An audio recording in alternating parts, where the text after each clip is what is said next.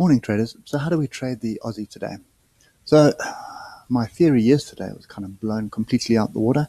So I was expecting this rejection bar off the 200-day moving average, which was a major level for me, to get some traction and at least come and target the previous highs up here. Okay, well, that failed quite dismally, and we have closed on our low, and that's an engulfing candle. This is so in other words, we have a pin bar, which is a bullish bar, and then we've got a bearish bar the very next day. Okay, so and this previous bar was a green bar. Okay, this data is incorrect, so it was a green bar with a little bit of a tail. So anyway, so we've got a lot of indecision happening at the moment.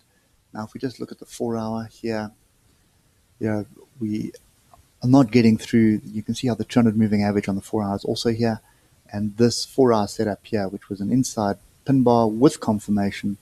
Well, it hasn't failed yet, because failure will be below that level there of 55.85. Okay, so essentially people that are trading this pin bar would have traded the break above you on the 4-hour, and their stop would be below here.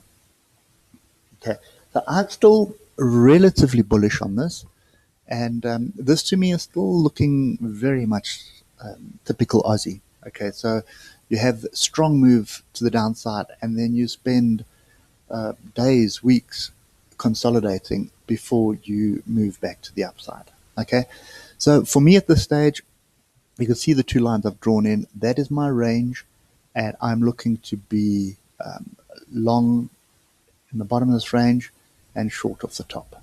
Okay, so this is a little bit worrying. So yesterday's, you can see we had this bullish bar, this bearish bar, then a pullback, and then another bearish bar. And if you look at the lower levels, what I'm looking for here is the second move to the downside to play out. Okay, so basically what I'm looking for is that level to be tagged there as a minimum. And you can see how it lines up with the inside tail here, also here. Okay, and then ultimately we should see on the 12 minutes, I think it'll come up. You can see it lines up here with another inside tail being this one here. Okay, so this is what I'm expecting to happen today. I'm expecting us to gap down. We do have 10 cent that's down at the moment, and I'll get the figure now. So 10 cent is down 1.5% right now, and the dollar got slammed yesterday with the FOMC meeting, with them raising interest rates. So obviously the rand got stronger. So that also means sort of a negative move on the market for us.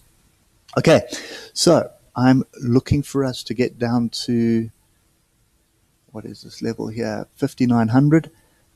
Watch price action at 5,900. If we don't get some, I would expect us to get sort of gap down at this area, then come up and close the gap, and then possibly try and move down to the downside again. So what I'm looking for is any bullish price action kind of, and you need to look to the left, and the easiest way to do this is to pick it up off the hour. Okay, and you can see I can put another level in there. Well, that lines up pretty nicely, and then that one there.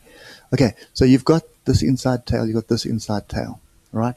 So first prize for me is that we bounce off the 5,900, and then second prize is that we get down to 5,800, and then another 100 points further down, 5,700, and then another 100 points down to 5,600.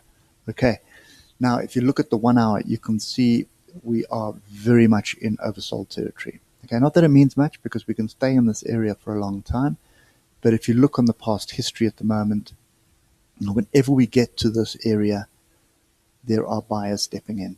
Okay, now the last thing I want to point out here, and that is we have, of this last up move, we have pulled back to 61.8 and the 76.2, which is a very good level to watch out for entries, is pretty much on the levels that I'm looking at. So at this 5,800 area. Okay, so yeah, that is what my take is at the moment. I am looking for a long. You may be able to short this, but I think it's going to gap down to one of these levels, either to here or further, and then it may move a little bit, but then it's going to find some support somewhere down the bottom here. So for me, there's a 300 point from when the market opens. It'll probably be 250 to 300 point moves to the downside. Maybe that may happen, but it's not something that I'm going to worry about. I'm only looking to play along off the bottom of the range. Okay, I just want to tidy up some of the noise. I'm going to leave the levels in.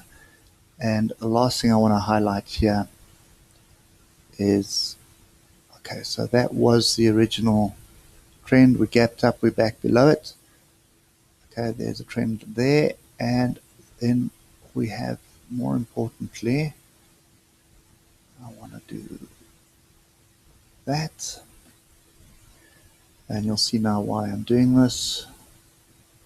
Okay, that's good enough. So we do have a bit of a wedge forming as well. Okay, so 1, 2, 3, 4 touches. I'd like 5 touches on it, but at this stage, looking fairly interesting. The other thing to bear in mind is that we do have a double bottom on the oscillator here, whereas we have a higher low. Okay, so yeah, I'm still of the opinion that this pin bar with this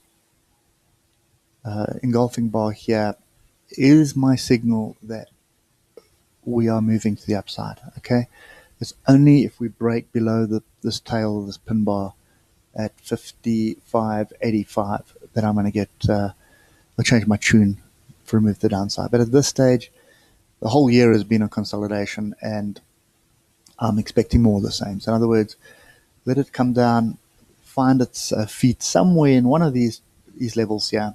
Okay, you just need to pick them up on the tails, just not this tail, but on the inside tails. There they are there. Just put your levels in and wait for price action to hit one of those levels. And if you start getting any positive price action, you can do it on the 5 or 6 minutes or 15 minutes. You can see here was a level, and you can see how we were getting positive price action here, and it did rally up, not far. If you're watching this all day, you would have noticed that it got to the 50%. Okay, so that's kind of what I'm looking for today. Okay, so I'm looking for a long entry. Everything to me is telling me that I need to be very careful of any shorts and look out for the longs. And obviously I want a long off a level. And the levels that I'm looking for, first prize is going to be a gap down to 5,900. If we get through that, then 5,800, then 5,700, and then 5,600. Okay, so those are the levels that I'm waiting for today. Anyway, guys, short and sweet. There's nothing really else that you can read into the Aussie at the moment. If you are currently short, no reason to get out just yet. I would actually maybe just take profit right here at 5,900 or 5,910 just to be safe. Reason being is that would be the measured move. So you can expect buyers to come in at the end of a measured move. They may not get it far, or they could get it far. You just never know. Okay, so yeah. So the last thing to point out is look at the awesome oscillator here. See how pretty much nothing happened yesterday, and that is very typical of a day where there's data coming out, which is FOMC minutes.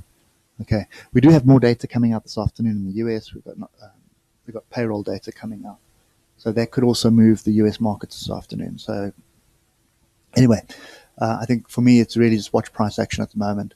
Look at these levels. So it's 5,900, 5,800, 5,700, and 5,600. Those are the levels I'm looking for price to get to. Any positive price action there, I am long, and going to be pretty wide stop because I need to stop below 55.85. Okay, anyway, guys, that's the Aussie for today.